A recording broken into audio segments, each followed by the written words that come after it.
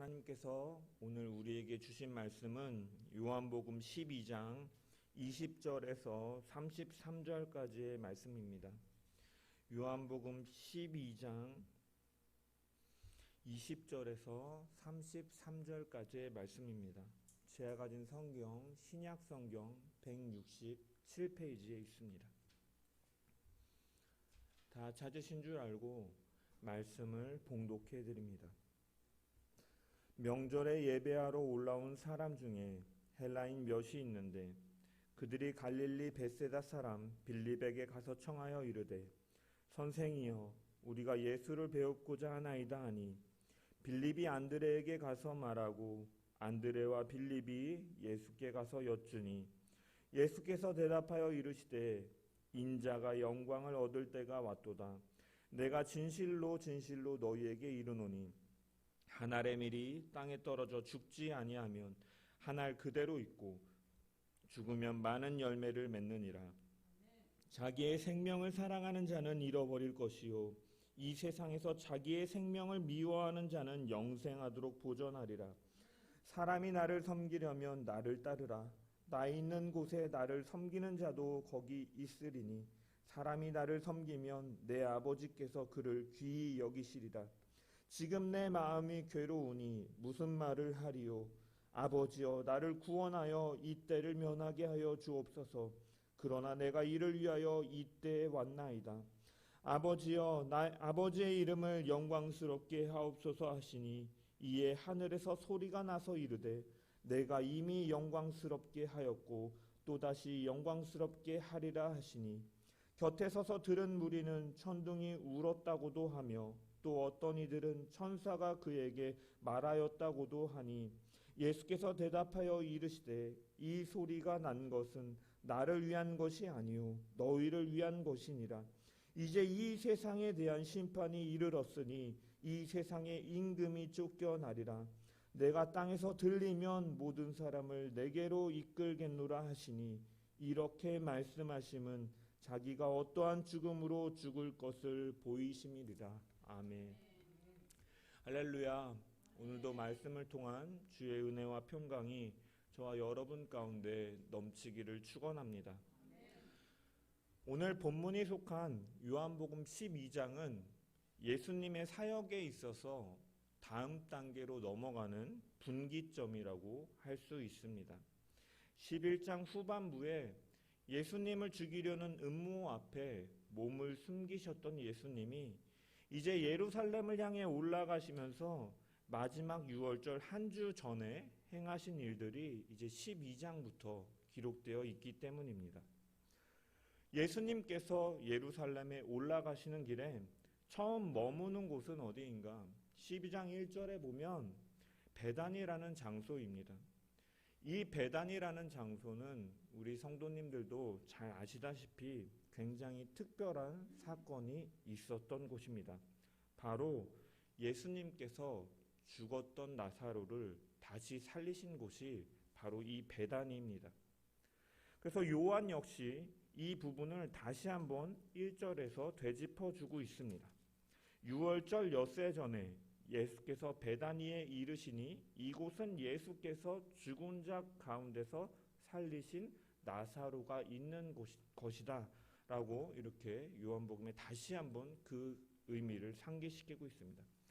여러분, 요한복음은 예수님께서 이 베다니에 계실 때 이제 12장 이후에 읽어보면 1절부터 8절까지 이제 그 베다니에 계실 때 이제 마리아가 예수님께 향유를 붓고 이후에 이제 나귀를 타시고 예루살렘으로 입성하시는 순서로 이렇게 요한복음은 기록을 하고 있습니다. 이에 반해서 다른 공관복음인 마태복음이나 마가복음 역시도 이 향유를 붓는 이 이야기가 나오는데 이 이야기가 예루살렘 입성 이후에 예수님께서 베다니에 묵으셨을 때 문둥병자 시몬의 집에 계실 때 여인이 예수님께 향유를 부었다라는 이야기가 나옵니다. 그래서 성경학자들은 이 공관복음의 향유를 붓는 사건과 요한복음의 이 마리아가 향유를 붓는 사건은 서로 다른 기사다라고 보는 사람들도 있습니다.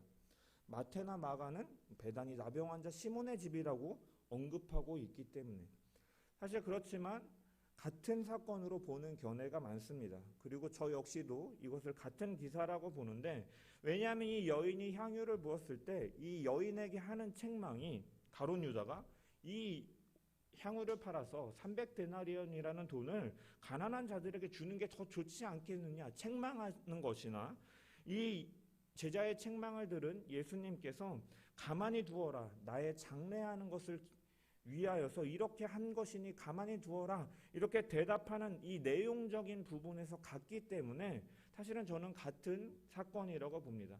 그래서 이 같은 사건을 요한은 예수님이 예루살렘에 입성 전에 하시는 것으로 기록하고 있고, 이제 마태나 마가 같은 경우에는 예루살렘 입성 후에라고 이렇게 기록하고 있는데, 예수님께서 예루살렘에 입성하시는 이 앞부분에 요한이 순서를 사실은 조정해서 재배치한 것이라고 보는 해석이 타당합니다. 왜냐? 이것은 사실은 성경의 모순이라든지 오류가 아니라 그 당시에 이 글을 쓰는 사람들이 자신이 강조하는 점이나 자신의 주제를 더 선명하게 드러내기 위해서 이런 시간의 재배치를 하는 것이 어떻게 보면 일상적이고 자연스럽기 때문에 이 연대기적으로 쓴 것이 아니라 이렇게 요한이 어떠한 것을 강조하기 위해서 이 이야기를 앞에 배치했다라고 보는 해석이 타당한 것입니다. 그렇다면 요한이 이렇게 베다니에 먼저 머무시는 예수님을 앞에 배치한 것에 이유가 있다라는 것이죠. 그것은 무엇이냐면 바로 나사로 사건에서 보여지는 것처럼 죽음과 부활을 상징하는 장소인 이 베다니를 통과하심으로 이제 예루살렘에 입성하시는 예수님이 어떠한 일을 행하실 것이다, 전에 행한 모든 일들과 비교할 수 없는 그 십자가를 통하여서 죽음과 부활이라는 새로운 일을 이룰 것이다 라는 것을 요한은 강조하기 위해서, 쉽게 말해 예고편처럼 상징적으로 먼저 이 이야기를 앞에 가져와서 배치시켜 놓은 것입니다. 유월절을 지키러 예루살렘으로 올라가시는 예수님, 그를 보기 위해서 많은 사람들이 모여들었습니다. 그래서 12장 12절에 보면 큰 무리가 모여들었다라고 성경은 증언하고 있습니다. 그리고 이 큰 무리가 모인 이유는 17절에 보면 나사로를 무덤에서 불러내어 살리신 예수님에 대한 소문을 그들이 들었기 때문이라고 성경은 밝히고 있습니다. 이 큰 무리는 어디에서 왔냐면 바로 유월절을 지키기 위해서 온 순례의 사람들입니다. 예수님 당시에 유월절을 지키기 위해 흩어져 있던 많은 사람들이 이 예루살렘으로 모여들었습니다. 요세푸스가 기록한 그 유대 전쟁사라는 책을 보면 네로 황제 당시에 이 유월절을 지키기 위해서 예루살렘에 모인 숫자가 대략 270만 명에 이른다라고 기록하고 있을 정도로 이 절기를 지키기 위해 많은 사람들이 예루살렘으로 모여듭니다. 이들 중에는 이방인들도 있었습니다. 오늘 본문 20절에 보니까 명절에 예배하러 올라온 사람 중에 헬라인들이 있다라고 이렇게 언급을 하고 있습니다. 이들은 누구인가? 문자 그대로 헬라인들, 그리스인들, 그리스에서 온 방문객들이나 아니면 헬라어를 사용하는 유대인들이나 하나님을 경외하는 이방인들이다, 이러한 여러 가지 견해가 있지만 중요한 것은 어떤 사람이었건 그들이 예수님께 관심이 있었다라는 것이죠. 그래서 21절에 보면 그들이 빌립에게 가서 예수님을 만나게 해달라고 청합니다. 이 사람들이 예수님의 많은 제자들 가운데 빌립을 찾아와서 부탁한 것은 이유가 있습니다. 무엇이냐면 첫 번째로 빌립이 헬라어로 된 이름을 가졌기 때문입니다. 이 빌립이라는 이름 자체가 헬라어 이름이기 때문에. 그래서 우리가 해외여행을 갔을 때 한국 이름을 보면 굉장히 마음의 평안함을 느끼는 것처럼 이 사람들이 빌립이라는 사람이 있네, 헬라어를 할 줄 아는 사람이구나 해서 이 빌립을 찾아갔을 것입니다. 또한 그리고 요한이 이 빌립에 대해서 소개할 때 갈릴리 베세다 사람 빌립에게 가서 청했다라고 굳이 언급을 하고 있습니다. 그냥 빌립이라고 해도 되는데 갈릴리 베세다 사람이라고 요한은 강조하고 있습니다. 왜냐하면 이 갈릴리 베세다라는 지역은요, 이 갈릴리 호수 동쪽에 데가볼리라는 이 지역과 굉장히 밀접한 인접해 있는 곳입니다. 여러분, 데가볼리라는 이 지역은 어떤 도시냐면 10개의 도시라는 의미를 가지고 있는데 알렉산더 대왕에 의해서 식민지된 10개의 도시입니다. 그래서 이 알렉산더 대왕으로부터 점령된 이 식민지 도시다 보니까 굉장히 헬라적인 도시예요. 헬라적 성격이 강한 곳입니다. 그리고 또한 이 도시는 BC 63년경에 로마의 그 장 폼페이우스에게 협력함을 통해서 이 지역의 자치권을 인정해주고 면세 정책을 펼치는 등 굉장히 이러한 혜택을 많이 받았던 도시예요. 그러다 보니까 친이방적인 성격을 굉장히 가지고 있는 도시이고, 그래서 이 이방인들이 이 지역에 많이 거주했습니다. 따라서 이 갈릴리 베세다라는 이 지역의 출신인 빌립은 지리적으로도 사실은 이방인들과 자주 접촉할 수가 있었고 헬라어에 사실은 친숙한 사람이었다라는 것이죠. 그래서 이 이방인들이 제자들 중에 빌립을 찾아가서 예수님을 만나기를 요청하는 것입니다. 이런 요청에 대해서 빌립은 아마 흔쾌히 이 청을 바로 예수님에게 전달하기는 어려웠던 것 같아요. 왜냐하면 앞선에도 말했다시피 수많은 사람들이 예수님에 대한 관심이 쏟아지고 큰 무리가 몰릴 정도로 이 예수님의 인기가 상당했다라는 것이죠. 그래서 이러한 비슷한 요구들도 굉장히 많았을 것입니다. 그래서 빌립은 먼저 예수님을 찾아가기보다는 이 안드레에게 찾아가서 의논하고, 이제 안드레와 빌립이 22절에 보면 예수님을 찾아와서 이 이방인들이 주님을 만나 뵙기를 원합니다 라고 말을 합니다. 여러분, 이런 부탁을 하는 제자들의 심경은 어떤 상태였을까? 특히 빌립은 어떤 상태였을까? 제가 말씀을 묵상하면서 이 본문의 이 헬라 사람들이 빌립에게 부탁할 때 이 한글 성경은 선생님이여 라고 이렇게 빌립을 부르는 것으로 기록되어 있는데, 헬라어 원어로 보면 이들은 빌립을 퀴리오스, 주여라는 호칭으로 그를 부르고 있습니다. 이 단어는요, 이 퀴리오스라는 단어는 사실 그 당시에 로마 황제에게 주로 지칭할 때 사용되는 용어입니다. 빌립은 사실은 별 볼 일 없는 사람이었어. 갈릴리 베세다 사람이었더라고요. 아이패드가 시리가 갑자기 당황스럽네요. 빌립은 갈릴리 제 발음이 너무 좋았나 봐요. 퀴리오스 하니까 이게 바로 검색이 되네. 갈릴리 베세다 사람에 불과한데 이 단어를 이 빌립에게 붙여서 그를 부르고 있다라는 거예요. 빌립을 굉장히 높이는 말이고 그 당시 사회에서는 굉장히 극존칭의 표현이다라는 거예요. 왜? 이 사람들이 빌립을 그렇게 부를까? 그만큼 예수님을 높이 평가하고 있기 때문에 이 예수님을 따르는 빌립도 주여라고 부를 정도로 높이고 있다라는 거예요. 덕분에 제자들은 예수님께 이런 요청을 드리고 가면서 마음 한켠에 뿌듯함과 자랑이 있었을 거예요. 우리가 모시는 예수님이 이렇게 유명하고 존경을 받는 분이구나. 유대인뿐이 아니라 이방인들도 찾아오시는 분이구나. 정말 예수님 덕분에 나도 이렇게 주여라고 불림을 받을 정도로 높임을 받는구나. 요즘 아이들의 표현으로 말하면 우리 예수님 정말 핵인싸다 말할 정도로 이렇게 으스대는 마음, 그런 기분을 가지고 뿌듯함을 가지고 자랑함으로 예수님께 나아갔을 것입니다. 그런데 예수님께서 이 23절에서 26절까지 보면 이 요청에 대해서 예수님께서 대답을 하시는데 굉장히 특이하게 대답을 하십니다. 그들이 만나고 싶다고 하는 요청에 그래 만나자, 아니면 내가 피곤하니까 다음에 만나자, yes or no로 대답하는 것이 아니라 예수께서 대답하여 이르시되 인자가 영광을 얻을 때가 왔도다. 한 알에 미리 땅에 떨어져 죽지 않으면 한 알 그대로 있고 죽으면 많은 열매를 맺느니라. 자기 생명을 사랑하면 잃을 것이고 자기 생명을 미워하면 영생을 얻을 것이다. 나를 섬기려면 나를 따라야 된다라고 이렇게 제자들에게 말씀을 하고 계십니다. 요약하면 자신의 죽음에 대해서 예고하시는 말씀이고 제자도에 대해서 얘기하시는 말씀을 제자들에게 하고 있다라는 거예요. 여러분, 세상의 기준으로 보면요, 예수님의 인기는 정말 정점에 있는 상태예요. 많은 이적과 기사와 표적을 행하고 11장에 보면 나사로를 죽음에서 일으키신 이후에 이름을 날리고 계신 상황. 예수님께서 예루살렘에 들어오실 때는 소문을 듣고 큰 무리가 모여서 종려나무 가지를 흔들면서 호산나 외치면서 예수님을 환영하는 그런 분위기.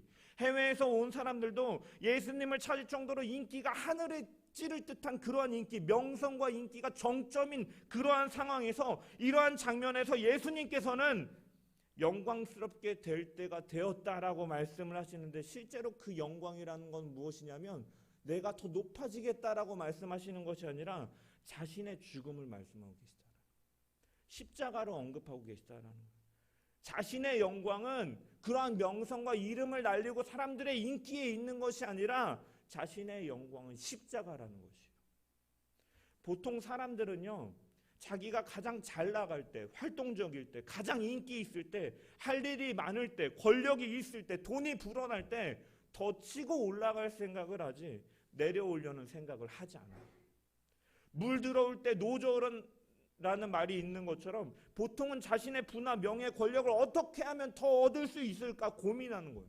고민하는 게 사람의 본성이에요. 요즘 뉴스들 보세요. 수많은 부를 가진 사람들이 부정한 방법으로 더 큰 부를 얻기 위해서 속이고 거짓을 행하면서 이렇게 돈을 버는 일들이 연일 뉴스를 통해서 드러나고 있지 않습니까? 이게 사실 사람이 그렇다는 것을 보여주고 있는 거예요. 하지만 주님께서는 인기의 정점이실 때 내려오심을 선포하고 계시다라는 거예요. 자신의 죽으심을 선포하고 계시다라는 거예요. 이 장면에서뿐만이 아니에요. 예수님은 사실 쭉 그래왔어요. 예수님께서 오병이어 사건을 일으키셨을 때 사람들이 몰려들어서 예수님을 억지로 임금 삼으려고 하니까 주님은 그들을 피하여서 혼자 산으로 올라가셨어요. 예수님은 기적을 베푸시고 사람들이 몰려오면 인기를 느끼고 자랑하시는 것이 아니라 사람을 피하여 기도하러 올라가셨다라고 성경은 기록하고 있어요. 예수님은 누가 알아보고 찾아오기 시작할 때 십자가를 자신이 질 때라고 생각하셨다라는 것이에요.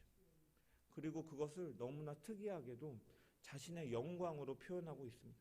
인자가 영광을 얻을 때가 왔도다 말씀하시면서 한 알의 밀이 땅에 떨어져 죽지 아니하면 한 알 그대로 있고 죽이면 많은 열매를 맺는다 말씀하십니다.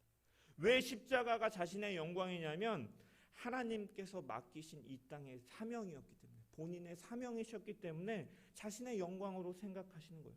예수님께서는 자신이 이 땅에 오신 목적을 분명히 알고 계셨다라는 거예요. 사람들은 목적을 잘 되면 금방 잃어버려요. 특히 잘 될 때 초심을 잃어버리고 붕 뜨기 쉽지만 예수님은 이 십자가라는 자신의 사명을 언제나 놓치지 않고 가신 분이시다라는 거예요. 언제나 굳건히 처음부터 걸어가셨어요. 요한에게 세례를 받으실 때도 보라, 세상죄를 지고 가는 하나님의 어린 양으로다. 예수님은 처음부터 그 목적을 잃지 않고 걸어가셨고 사람들에게 가장 주목을 받는 이 정점에서도 자신의 희생을 통해 하나님께서 영광 받으실 거다라는 사실, 그리고 내가 이 사명을 감당하는 것이 내게 영광이다라고 주님께서는 선포하고 계시다는 거예요. 사랑하는 성도 여러분, 우리는 너무나 쉽게 목적을 잃어버릴 때가 많아요. 진정한 크리스찬됨의 의미가 어떠한 것인지 잊어버리고 살 때가 너무나 많이 있다고요. 예수님을 믿고 하나님의 자녀가 되었다라고 말하면서도 우리는 자신의 기대와 자기의 생각대로 믿는 가운데 크리스찬됨의 그 진정한 의미와 그 사명을 놓치고 살 때가 너무나 많이 있다라는 거예요. 그러다 보니까 예수님을 믿는 것을 하나의 축복받은 수단으로 생각하는 경우가 많이 있어요. 예수 잘 믿으면 이 땅에서 복 받는다가 사실은 부가적인 옵션 같은 건데, 주실 수도 있고 안 주실 수도 있고, 주시면 더 감사하고 안 주셔도 감사하고가 돼야 되는데 그게 목적이 되어버리는 경우가 허다한, 본질은 잃어버리고, 신앙의 목적이 땅에서 힘든 거 지나가고 잘 먹고 잘 살기 위해서 뭐가 되었으면 좋겠다고 간구하고 울며불며 기도는 하지만 진짜 목적인 십자가의 길과 영원한 생명을 잃어버릴 때가 우리는 너무나 많이 있다는 것이에요. 그런데 그런 우리에게 예수님께서는 말씀하고 계시다는, 네가 크리스찬이냐? 네가 나를 섬기길 원하느냐? 그러면 한 알의 밀알이 되어라. 네가 나를 섬기려느냐? 네가 나를 따르라. 십자가의 그 길로 걸어가라라는 거예요. 너의 생명을 미워하고 영생을 바라보라라는 것이에요. 이 땅의 것을 추구하지 말고 영원의 것을 바라보라라는 거예요. 왜? 그것이 바로 하나님의 나라가 이루어지는 방법이기 때문이에요. 한 알의 밀이 떨어져 죽어야만 많은 열매를 맺는 것처럼, 그렇기 때문에 우리가 십자가를 지고 주님을 따라가야 되는 것이에요. 이 땅에 우리가 밀알로 살아가야 되는 것이에요. 나의 형체는 없어지고 나의 욕심과 나의 이기심과 나의 자랑은 사라지고 복음만이 드러나는 삶, 그럴 때 열매가 맺혀지게 된다라는 것이에요. 25절부터 26절의 말씀을 우리가 한번 다시 한번 읽어보겠습니다. 25절 26절 말씀입니다. 시작. 자기의 생명을 사랑하는 자는 잃어버릴 것이요 이 세상에서 자기의 생명을 미워하는 자는 영생하도록 보존하리라. 사람이 나를 섬기려면 나를 따르라. 나 있는 곳에 나를 섬기는 자도 거기 있으리니 사람이 나를 섬기면 내 아버지께서 그를 귀히 여기시리. 아멘. 여기 25절과 26절에 이 생명이라는 단어가 나오는데 생명이 이 두 단어로 사용되어 있습니다. 처음에 나오는 자기의 생명, 이거는 이 헬라어로 푸시케라는 단어인데 목숨, 호흡, 육체적 생명을 지칭하는 것입니다. 그래서 비유적인 표현이라고 할 수가 있죠. 이 땅에 정욕과 욕심으로 살아가는 그러한 인생들, 이것을 푸시케, 자기의 생명이라고 말을 할 수가 있습니다. 그리고 자기의 생명을 미워하는 사람에게 또 하나의 생명이 주어집니다. 영원한 생명, 영생이라고 기록되어 있는데 헬라어로 조에라는 단어예요. 이것은 정말로 말씀 대신 그리스도를 통해 하나님께 속한 완벽한 생명을 지칭하는 것입니다. 여러분, 자기의 생명, 이 땅의 정욕을 쫓고 이 땅에서 살아간 사람은 그것조차 나중에는 잃을 것이지만 정말 그것을 미워하고 하나님을 쫓는 사람은, 그것을 미워하고 하나님의 말씀을 쫓는 사람에게는 정말 그리스도를 통하여 하나님께 속한 그 완벽한 생명을 얻게 된다라고 말씀하고 계시다는 거예요. 여러분, 예수님은 어떠한 분이십니까? 그렇게 인생들이 아둥바둥 애지중지하며 살아가는 육신의 생명을 내려놓고 영원한 생명을 붙들도록 하시는 분이 바로 예수 그리스도라는 사실이에요. 그런데 우리가 이 땅의 삶이 전부인 것처럼 살아간다면 우리는 예수님을 믿는 것입니까? 안 믿는 것입니까?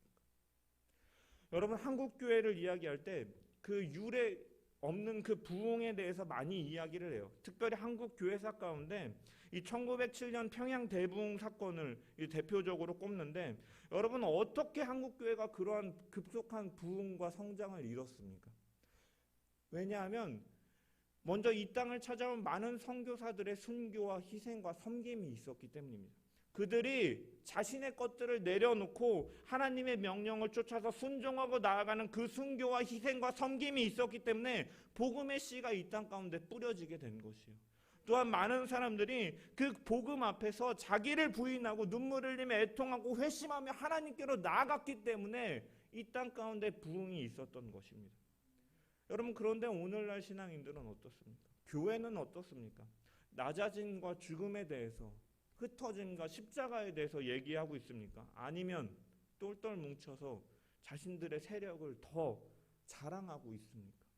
기독교인의 영향력이 얼마인데 하면서 실력 행사하고, 많은 교회들이 교인 수를 자랑하고 재정을 자랑하고 크나큰 예배당을 지으면서 하나님이 무너뜨리신 건물이 나는 성전을 다시 세우면서 예배당을 성전이라고 말하고, 실상은 사실 그 가운데는 자신들의 과시욕과 욕심과 자랑이 그 가운데 담겨 있는 거 아닐까요? 낮아지고 흩어지고 흘러가서 하나님 나라 확장에 쓰여져 가야 되는데 오늘날 교회들은 그 본질을 잃어버리고 자신들이 높아지려고 하는 모습들이 있다라는 것이에요. 교회인 성도들은 어때요? 세상과 다를 바 없이 자신의 손에는 이만큼도 원하지 않고 이기적인 자신의 욕심을 쫓아 살아가는 자들이 너무나 많이 있다라는 거예요. 그렇기 때문에 사실은 이 땅의 열매가, 우리가 힘을 잃고 영광을 받지 못하는 것은, 하나님께서 영광을 받지 못하는 것은 우리가 이러한 모습에서 벗어나 버렸기 때문에.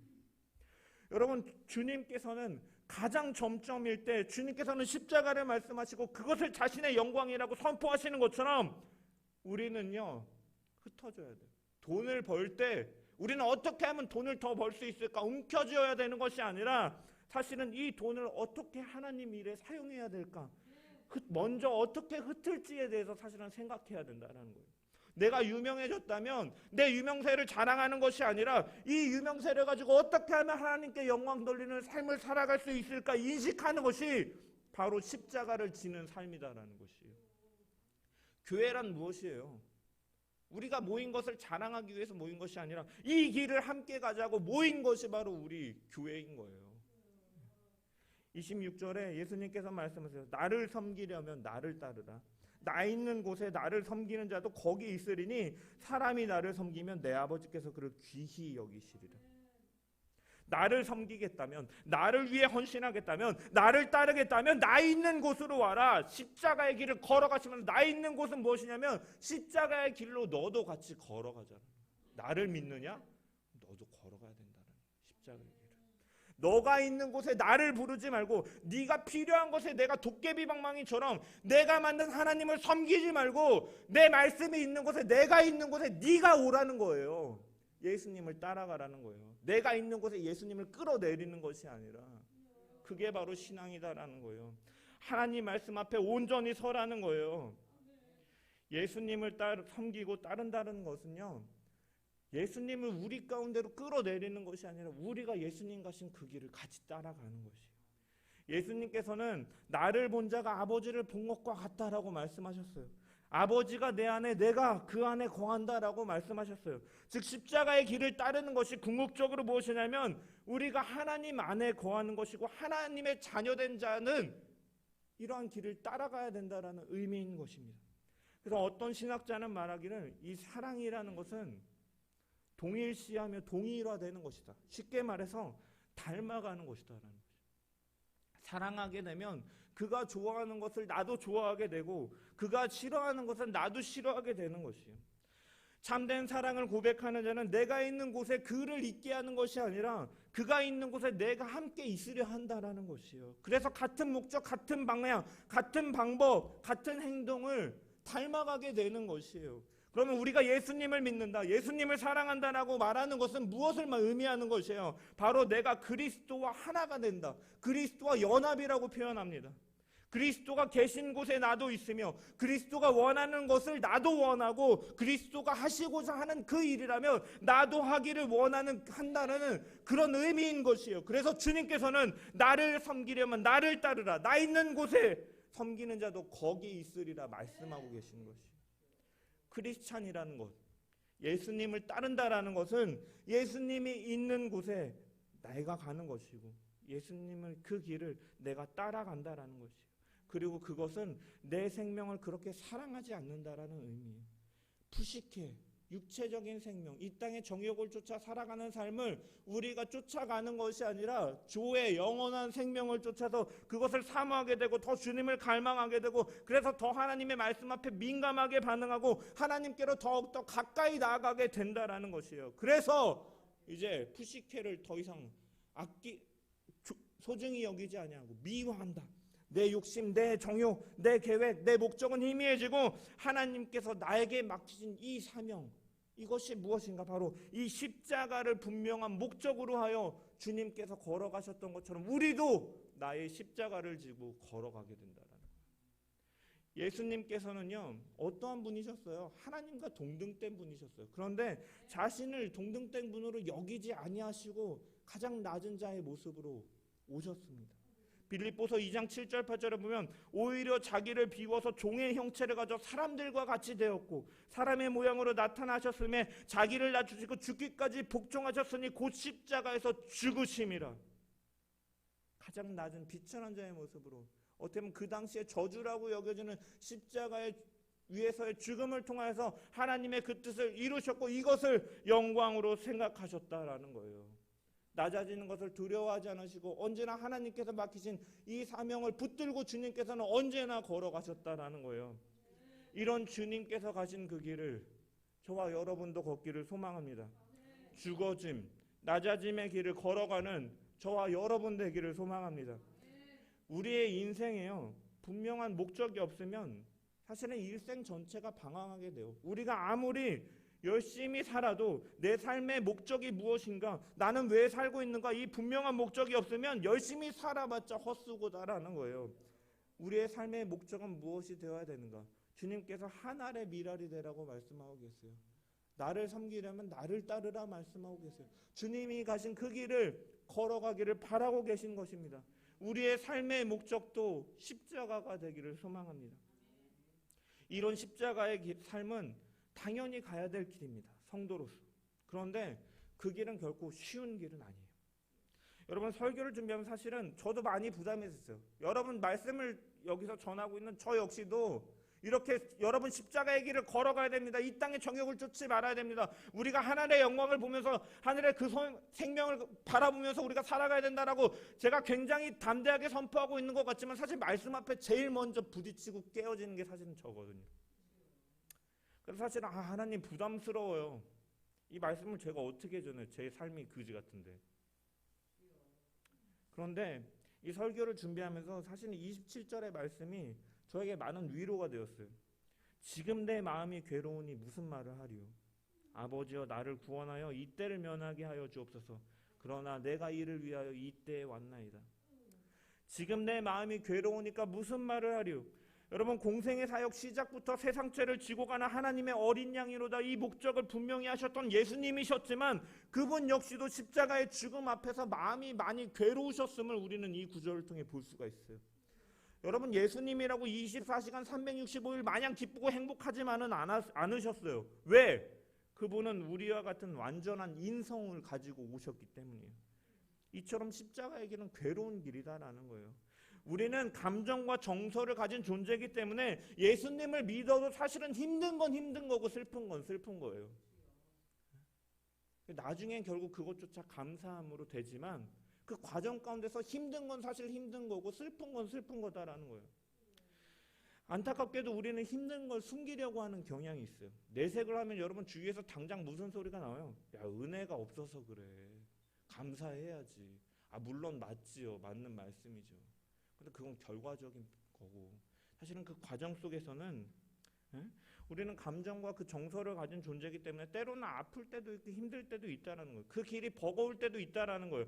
그런 시간과 감정들이 때로는 우리의 약함을 돌아보게 하고 그렇기 때문에 더욱 은혜로 나아가게 하는 그런 기능을 하기도 하는 것이에요. 그렇기 때문에 사실은 자연스러운 것입니다. 우리가 그렇게 느껴질 때 우리는 무엇을 해야 돼? 이러면 부정해야 되는 것이 아니라 그것조차 나의 모습임을 받아들이면서 예수님께서 그 십자가 앞에서 정말로 괴로워하셨던 것처럼 솔직하게 하나님께로 나아가는 것이 사실은 신앙의 모습이다라는 거예요. 세상은요 아프고 힘들어도 숨기면서 살아가야 돼요. 왜? 경쟁 사회이기 때문에 남의 약점을 찾아냈으면 그 약점을 집요하게 공격해서 그 사람을 쓰러뜨리고 내가 이겨야 돼요. 그렇기 때문에 포커페이스를 가지고 내가 힘들어도 힘든 내색 하지 않아야 돼요. 그렇지만 하나님을 만난다라는 것은 무엇이냐면 에덴 동산에서 아담과 하와가 그들이 아무 옷을 입지 않고 벌거벗어 있었지만 그들이 부끄러워하지 않았던 것처럼 우리가 하나님께로 나아간다는 것은 이러한 나의 약함도 하나님을 통해서 바라보고 하나님의 은혜를 더 그렇기 때문에 하나님 나 좀 도와주세요. 은혜를 구하면서 나아가는 것이 정직한 것이고 이게 신앙인의 모습이다라는 거예요. 예수님께서는 그렇게 하나님께 나아갔다라는 거예요. 힘들어 하셨어요.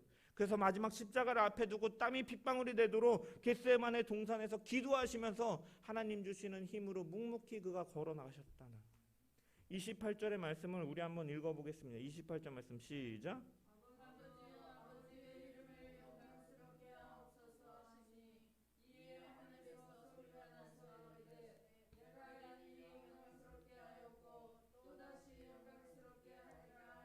아멘. 예수님의 기도는요, 아버지 너무나 두렵고 힘들지만 제가 십자가를 지게 해주세요라는 이 한마디의 기도였어요.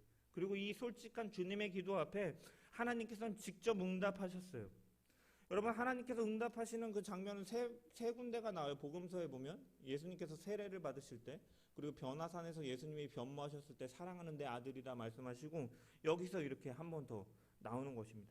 하나님께서 응답하신다라는 거죠. 이처럼 하나님께 솔직하게 정말 발가벗은 심정을 가지고 주님 앞에 나아가서 주님께 부르짖는 자들의, 주님의 자녀들의 기도를 하나님께서는 들으시고 응답하시는 분이시다라는 거예요. 그러면서 하나님께서는 예수님께 이렇게 말씀하세요. 28절에 이 영광스럽게 하였고 또다시 영광스럽게 하리라. 이 말씀은요, 이미 과거에 예수님께서 하신 일들과 말씀에 의해서 자기가 영화롭게 되셨다라는 거예요. 그리고 앞으로 그의 죽으심으로 그것을 통하여서 내가 계속해서 영광을 받으시겠다라는 의미예요. 예수님이 이 땅에 오신 것이 하나님께서 구약에 예언하신 것을 성취하는 이미 영광스러운 일이었고, 그가 이 땅에서 가르치시고 고치시고 전파하신 이러한 일들을 통해서 하나님께서 영광을 받으셨고, 앞으로도 십자가를 통하여서 하나님은 영광 받으실 거라는 거예요. 왜? 십자가는 하나님의 은혜와 사랑의 상징이기 때문에, 그것을 통하여서 많은 자들이 하나님께로 돌아오기 때문에, 그것을 통하여서 하나님께서도 영광 받으시기 때문에 그 영광이 될 것이다 라고 말을 해요. 사실 이 문장에는요, 과거부터 현재, 미래 시제까지 다 담겨 있는 거예요. 예전에도, 지금도, 앞으로도 영광을 받으실 거다라는 거예요. 십자가의 길을 가게 된다라는 것은 하나님께서 그 길을 통해 영광을 받으셨고, 지금도 영광을 받으시고, 앞으로도 영광을 받으실 거다라는 거예요. 여러분, 이 예수님께 말씀하는 이 당시는, 예수님은 아직 십자가를 지지 않으셨어요. 그런데 십자가는 이미 이루어진 거나 다름없다라고 말씀하시는 것이면서 아버지의 영광이 이 십자가를 통해 드러날 것을 선포하고 계시는 거예요. 이 확실한 이미 이루어진 성취로 하나님께서는 그 의지를 담아서 말씀하고 계시는 거예요. 이 일을 통해서 영광을 받을 것이다. 앞으로도 영광을 받을 것이다. 이 은혜의 약속, 흔들리지 아니한 약속, 이미 이루어진 이 약속이 우리 가운데 흐르고 있음을 믿으시기를 소망하고 감사할 수 있기를 소망합니다. 우리가 아직 최후 심판대 앞에는 서지는 않았지만 이미 예수 그리스도의 믿음과 그분을 믿는 믿음으로 말미암아서 이미 미래에 있을 영원한 생명을 받았음을, 그 확실한 약속 위에 서가면서 그 은혜에 감사하며 그 생명을 준 것이 바로 십자가의 길임을 기억하면서 나도 그 주님의 길을 쫓아 걸어가는 저와 여러분 되기를 소망합니다. 31절 32절의 말씀은요, 이 십자가 사건의 결론이라고 할 수가 있어요. 이제 이 세상에 대한 심판이 이르렀으니 이 세상의 임금이 쫓겨나리라. 내가 땅에서 들리면 모든 사람을 내게로 이끌겠노라. 십자가는 어떠한 일이라는 거예요? 어떠한 결과를 가져온다라는 거예요? 이 세상에 대한 심판이다라는 거예요. 왜? 그를 믿는 자는, 그가 나의 구원자가 되심을, 나를 구속하시기 위해 죽으셨다라는 것, 그리고 부활하셨다라는 것을 믿는 자는 그 믿음을 말미암아서 구원을 받고, 그를 믿지 아니하는 자는 자신의 죄로 말미암아서 심판을 받게 되기 때문에 세상에 대한 심판이다라는 거예요. 이미 심판은 사실 이루어졌다라는 거예요. 2000년 전에 이 십자가의 사건, 예수 그리스도를 믿느냐 믿지 않느냐를 통해서 이미 심판은 이루어졌다라는 거예요. 그리고 이 십자가는 또 어떠한 의미를 가져옵니까? 어떠한 결과를 가져옵니까? 이 세상의 임금이 쫓겨나는 사건이다라는 거예요. 여러분, 저번 주 주일날 제가 설교 말씀에서 하나님을 대적하는 사탄은요, 공중의 권세 잡은 자라고 표현을 했습니다. 공중의 권세 잡은 자라는 것은 어떠한 공간적인 통치를 말하는 것이 아니라 허상의 존재가 아니라 어느 정도 지배력을 행사하는 실존의 존재임을 강조하는 표현이다라고 말씀을 드렸어요. 여기서도 마찬가지예요. 세상 임금이라고 표현하고 있어요. 임금은요, 지배력을 가진 존재잖아요. 통치력을 가진 존재예요. 마찬가지로 사단은 이러한 존재라는 거예요. 그런데 이 땅을 다스리는 세력, 사탄은 십자가를 통해서 이미 쫓겨났다라는 거예요. 이미 패배했다라는 거예요. 따라서 십자가를 경험한 사람은 더 이상 그 어둠의 영에 붙들리지 않는 놀라운 삶의 변화가 나타날 수밖에 없다라는 것이. 왜? 이미 예수님을 통한 승리가 우리 가운데 주어졌기 때문입니다. 그래서 이 땅에 더 이상 얽매이지 않고 자유하게 되는 거예요. 십자가를 통해서 그렇기 때문에 자유하게 되는 것입니다. 예수님이 이미 승리를 선포하셨기 때문에, 그 승리가 우리 가운데 주어졌기 때문에 더 이상 그런 것들에 매이지 않고 자유함으로 살아가게 되는 거였어요. 새 생명으로 이제는 더 이상 세상의 돈이나 명예나 권력 같은 내 것을 추구하는 것이 아니라 이제는 하나님의 것, 그 조회를 추구하면서 살아가는 것이다 라는 거예요. 예수님은 십자가를 통해서 죄와 사망으로부터 이미 승리하셨기 때문에 우리에게도 이러한 것들이 주어졌다라는 것을 우리가 기억하면서 그 주님의 십자가를 생각하시고 가장 영광된 자리에서 그 십자가의 길을 말씀하시고 선포하시고 그 사명을 놓치지 않고 걸어가셨던 것과 같이 우리 역시도 그렇게 살아가기를 주님의 이름으로 축원합니다. 말씀을 마무리합니다. 주님의 영광은 다른 것에 있지 않았어요. 십자가가 자신의 영광이라고 말씀하셨습니다. 그리고 이 십자가를 통해 드러나는 생명의 원칙은요, 이 한 알의 밀이 떨어져 죽어야 많은 열매를 맺는다라는 것이에요. 주님께서는 몸소 십자가의 죽으심을 통하여서 많은 영혼을 구원하심으로 이 가르침이 진리임을 드러내셨습니다. 그리고 그 진리를 드러내신 주님이 우리에게 말씀하고 계십니다. 구원받은 성도들이여, 너희가 나를 섬기려 하느냐? 그럼 나의 길을 따르라. 한 알의 밀이 떨어져 땅에 죽으면 많은 열매를 맺는 것 같이 우리가 순종하여서 죽을 때 선하고 아름다운 열매가 이 땅 가운데 맺혀져 간다라는 거예요. 우리가 십자가 안에서 자유함을 누리고 우리가 이 땅의 생명을 사랑하는 것이 아니라 예수님 안에서 영원한 생명을 누리며 그 생명으로 하나님의 영광을 추구하며 살아가는 존재가 되어야 된다라는 이 주님의 권면과 말씀을 우리가 기억하면서 한 알의 밀알과 같이 오늘도 십자가의 그 길을 걸어가는 저와 여러분 되기를, 그래서 그 자리가 새 생명의 열매들로 넘쳐나기를 주님의 이름으로 간절히 축원합니다.